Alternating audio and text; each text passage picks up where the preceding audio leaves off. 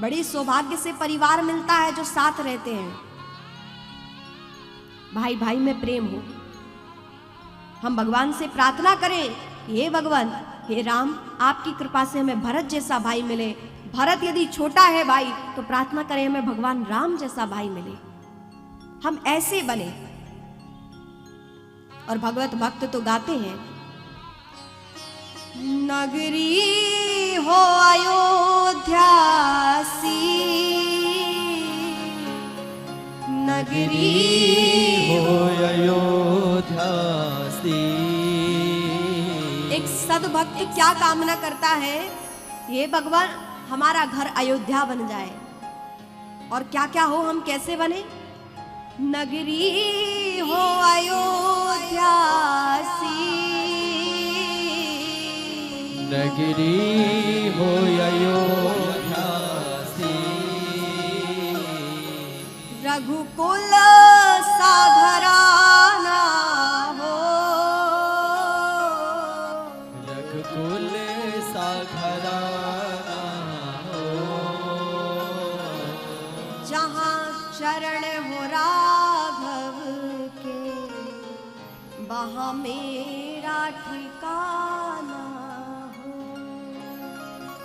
जहाँ चरण हो राघव की, वहाँ मेरा ठिकाना हो। कौशल्या सी माई हो, लक्ष्मण सा भाई हो। कौशल्या सी माई हो, लक्ष्मण सा भाई हो। सीता सी नारी हो, भरत जैसा भाई हो। सीता से नारी हो, भरत सा भाई हो। लव कुश के जैसे ही, लव कुश के जैसे ही संतान हमारी हो। लव कुश के जैसे संतान हमारी हो। प्रार्थना करें कि हे भगवान, अयोध्या जैसा हमारा घर हो, जहां आपके चरण सदैव विराजमान हो। सीता जैसी नारीत्व हम धारण करें, भगवान राम जैसा जीवन में आचरण लेकर आए, भरत जैसा भ्रातृत्व भाईपन हमारे जीवन में हो, और लवकुश के जैसी अपनी संतान को बनाए, ऐसी लवकुश जैसी संतति हो। और यदि ऐसा कर भी ना पाए तो सोचो कितने विवेक जो परमात्मा ने हमें दिया है उसका क्या लाभ। घर में आपस में झगड़ा कर रहे हैं, भाई भाई में प्रेम नहीं है, आपस में जो परिवार है, देवरानी जेठानियां हैं, जो भी है, यदि हमारा प्रेम व्यवहार नहीं है तो उसका क्या मतलब है, आप जरा सोचिए।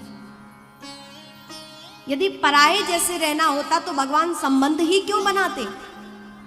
भगवान ने संबंध दिया है क्योंकि आप प्रेम पूर्वक रहे, इसीलिए तो आपको संबंध दिया, संबंध में उस व्यक्ति को स्थापित किया।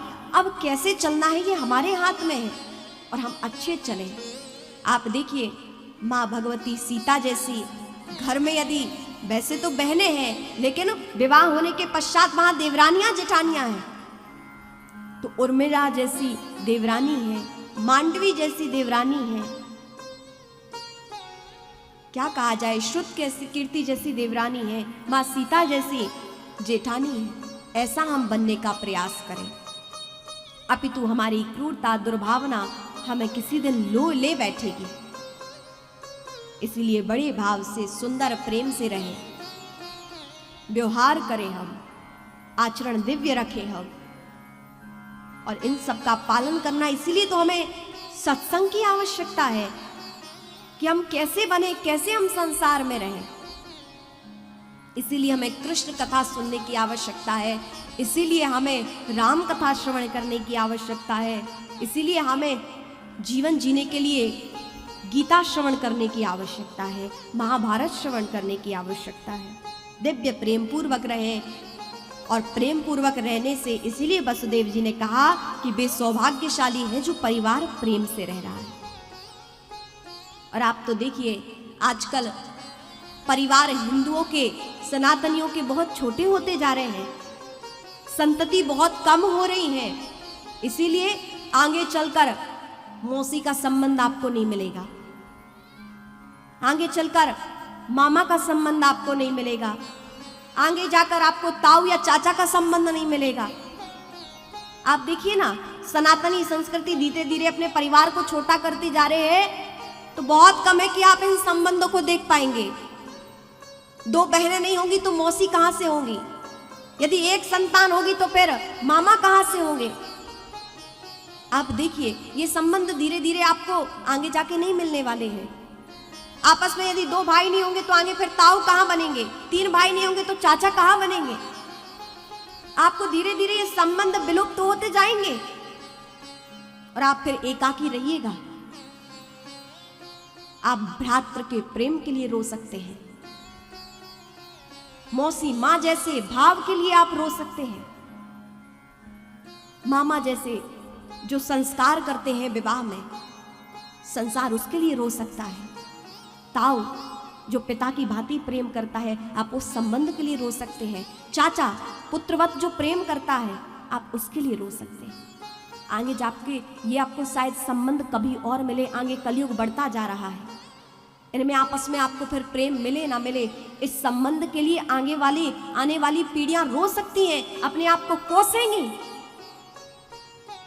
ये संबंधों का प्रेम, दुलार, स्नेह, सम्मान, ये आगे जाके शायद ही किसी को मिले। और इसीलिए जो संबंध मिले हैं, इन संबंधों की महत्ता समझिए, इन्हें सम्मान दीजिए, प्रेम पूर्वक रहिए।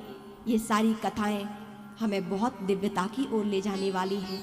अपने जीवन में परिवर्तन लाएं और दिव्यता से जीवन को जिए। भगवान कृष्ण के जीवन से बहुत कुछ हमें सीखने को मिलता है। भगवान कृष्ण के 16,108 विवाह भी हुए।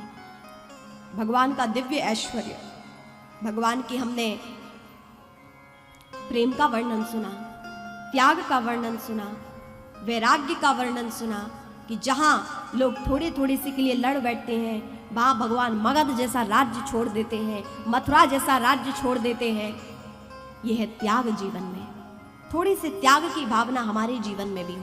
ये नहीं कहते कि आप अपना सब कुछ यहाँ दान कर दो, नहीं, या आप अपना सब कुछ किसी को दे दो, ये बात नहीं है। जीवन में थोड़ी त्याग की भावना भी आए, सहायता की भावना भी आए। और कहते हैं भगवान का ऐश्वर्य देखिए, भगवान किसी ईंट गारे के मकान में नहीं रहते। किसी का ईंट गारे का मकान बन जाए तो अहंकारी बन जाता है व्यक्ति, कह रहे हमारे पास बंगला है, कोठी है। और भगवान किस में रहते हैं? स्वर्ण की द्वारिका में रहते हैं। लेकिन भगवान के पास ऐसी कोई भावना नहीं, क्योंकि वो भगवत्ता में है, भगवान है। भगवान स्वर्ण की द्वारिका में रहते हैं।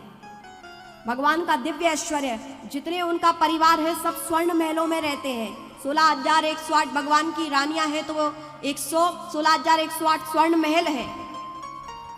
ऐसे दिव्य स्वर्ण भवनों में भगवान का परिवार रहता है। कहने का तात्पर्य है कि भगवान के पास इतना धन है, लेकिन भगवान के जीवन में अहंकार नहीं। ये सब हमें सीख मिलती है कि कितना भी कुछ हो जाए, जीवन में अहंकार नहीं आना चाहिए।